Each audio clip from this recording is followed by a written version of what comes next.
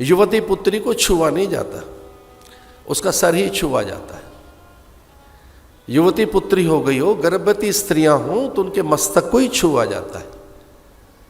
उन्हें त्राण देने के लिए, सुख देने के लिए, अनिष्ट की निवृत्ति के लिए, आशीष के लिए और अपने स्नेहन प्रणयन की सिद्धि के लिए भी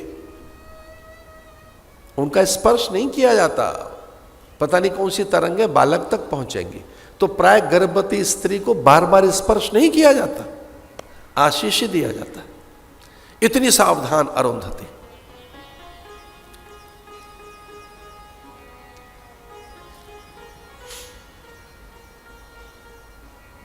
बहुत संकोच में कौशल्या। कैकेयी ने और सुमित्रा ने घेर लिया कौशल्या को।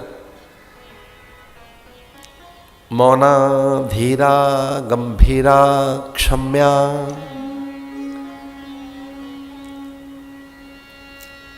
जिनसे कभी किसी ने क्षमा मांगी ही नहीं वो पहले क्षमा कर देती है।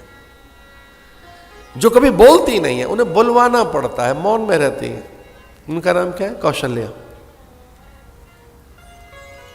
वो संकेत में बात करती है। वो तो कौशल्या तो संकेत में बोलती है। गुरोस्तु मौनम व्याख्यानम शिष्यास्तु छिन्न संशया। एक भीतर की बात बता रहे थे। गुरु अपने अंतरंग शिष्य से कम बातें करता है, संकेत से बात करता है। और विश्वास कीजिए, मेरे और मेरे गुरु के ज्यादा संवाद नहीं हुए, बहुत थोड़ी बातें हुई हैं। उन पर ही मैं चल पड़ूं तो बहुत है, थोड़ी सी।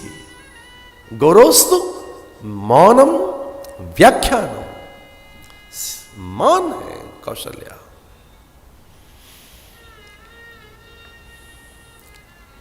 मौनम सर्वार्थ साधनम। एक हाथ कैकेयी ने पकड़ा और दूसरा सुमित्रा ने। जी जी बोलो ना। तो उन्होंने कहा क्या बोले। मुझे तो लगता है जब से मेरे भीतर वो सत्ता आई है, मैं कभी कभी विचार करती हूं ये अंबर मैंने बनाया है क्या? ये आकाश, ये धरा, निहारिका और नक्षत्र, काल, जीव के स्वभाव और विविध कर्म और नाना प्रकार की जो जैव रचना है, क्या पर्वत, पौधे, पादप, वनस्पतियां मैंने बनाई है?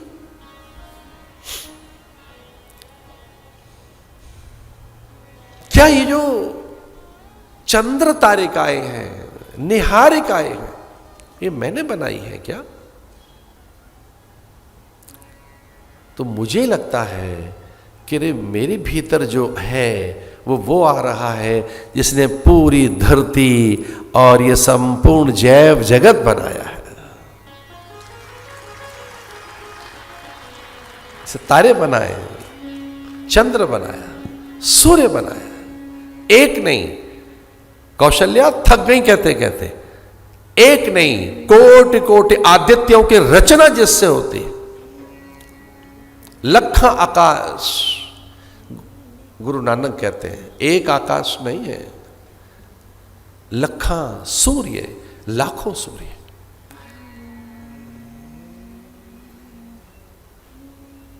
जा दिन ते हरि गर्भ ही आए, सकल लोक सुख संपत्ति छाए। जा दिन ते हरि गर्भ ही आए। जैसे ही हरि आए तो सकल लोक सुख संपत्ति छाए। यह समूची सृष्टि, जीव रचना, मुझे लगता है कि मैं ब्रह्म जननी, मैं नारायण की मां बनने वाली हूं, मुझे ऐसा लगता है। और हर्षित हो गई सुमित्रा, गिर पड़ी चरणों में ये कहकर कि फिर मेरी अनुभूति और दोहद फिर सत्य ही तो सिद्ध हुआ कि मेरे भीतर जो एक बालक है वो ब्रह्म का अनुचर होगा। और ब्रह्म का उपासक होते हैं महात्मा, भगवान की उपासना करते हैं साधु। तो ये कैकेयी का बेटा तो साधु होगा, तो मेरा एक बालक साधु की सेवा में और दूसरा ठाकुर की सेवा में। एक बालक ठाकुर सेवा, एक साधु सेवा।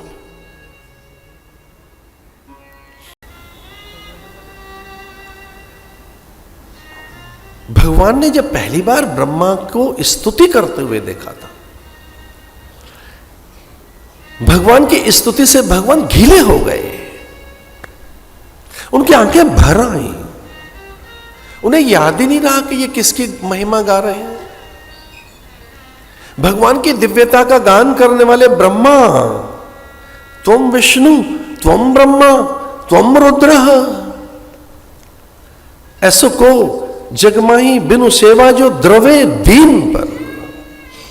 जब राम की महिमा का गान करने लगे ब्रह्मा, तो कान लगाकर सुनने लगे। भगवान अपनी महिमा को कि किसकी गा रहा है तो गदगद हो गए, उन गुणों में रीझ गए। वाल्मीकि रामायण के अनुसार सच तो यह है कि यह कथा लव कुश ने सुनाई है।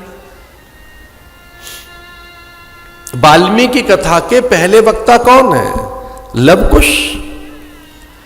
और जब वो कथा सुनाने के लिए आए तो नगर में चर्चा हो गई कि भाई कथावाचक आए, दो बड़ी सुंदर सी कथा कहने के लिए आए अयोध्या में, लाओ लाओ लाओ उनको। और भगवान की कथा आरंभ कर दी उन्होंने। अब व्यास को तो थोड़ा ऊपर बिठाया ही जाएगा तंत्री लेकर, तंत्री माने वीणा, बालक कथा सुना रहे हैं। हनुमान ऐसे हैं कि वो संसार की ओर पीठ कर बैठते हैं, पीठ करके। आप कभी देखिए हनुमान जी की मुद्रा कैसी है, वो राम जी को देखते रहते, राम जी को निहारते रहते।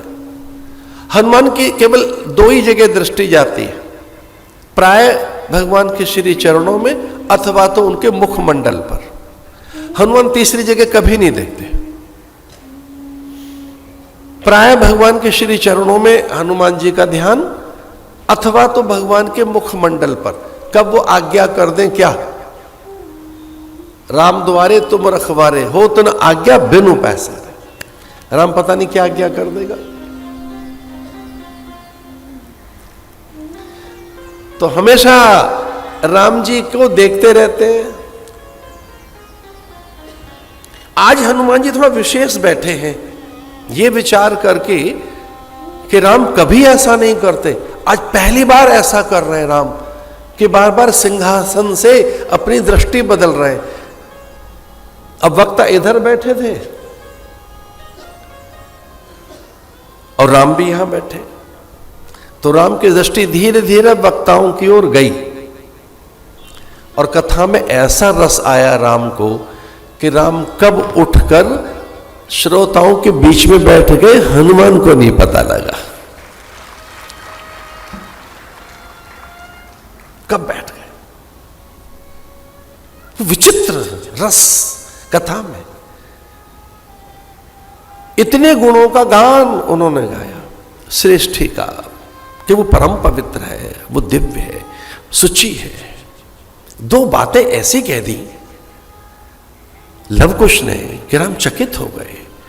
लवकुश ने कहा आओ मैं बताता हूं कौन है सर्वशक्तिमान, आओ मैं बताता हूं, आओ हम बताएं कौन है सर्वव्यापक। जो कण कण में आओ हम उसे दिखाने आए हैं, उसे बताने आए हैं जो सर्वव्यापक है, सर्वशक्तिमान है, सर्वगुण निधान है, जो करुणा से भीगा है। ऐसे आओ हम देव के दर्शन कराने आए हैं। राम अपने गुणों पे रीझ कर और श्रोताओं के बीच में बैठ गए। कथा में ऐसा रस। लेकिन ये कब बैठ गए थे वो?